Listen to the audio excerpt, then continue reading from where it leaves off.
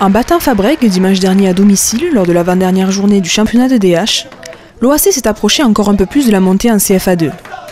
Une victoire obligatoire pour les Alésiens qui leur permet de rester en tête au classement. C'était un match difficile. On fait une première mi-temps qui est moyenne, on va dire, donc on se met dans la difficulté, 0-0 à la mi-temps, et puis il faut stresser jusqu'à la fin parce qu'avec un seul but d'écart, on n'est pas sûr de remporter la victoire. Donc c'est notre 18e victoire, il en faudra encore une pour pouvoir accéder à la CFA2. Donc voilà, on est content que celle-là soit passée. Et maintenant, on a 15 jours pour se préparer pour la suivante, la dernière.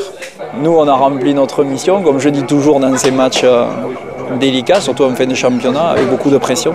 L'effet psychologique est énorme, donc bon, ils ont réussi à tenir le cap, on a gagné. Peut-être pas fait notre meilleur match, mais on a gagné, ça suffit à marquer le maximum de points et à conserver la tête du championnat. Voilà. Maintenant, le suspense sera entier jusqu'au bout.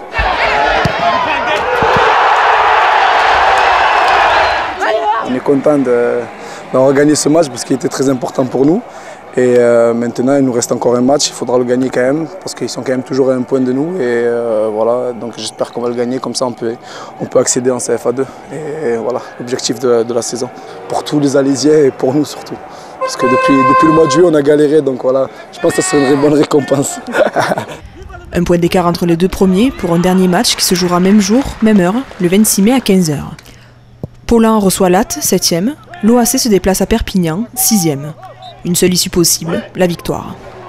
Même si normalement ce n'est pas une équipe que l'on doit de craindre parce qu'ils ont zéro motivation, ils ne risquent pas de descendre, ils ne risquent pas l'ascension non plus. C'est un match qui pour eux ne représente absolument aucun enjeu. Nous on se doit de jouer jusqu'au bout parce que l'OAC n'a perdu qu'un match dans la saison. Alors battre l'OAC ça peut être une performance, ils peuvent toujours trouver un motif s'ils ont une motivation de jouer leur match à fond. Je pense que le club a la capacité, la ville a la capacité à avoir une équipe en CFA2 ou en CFA, donc c'est quand même important. Ça fait quelques années qu'on y court après.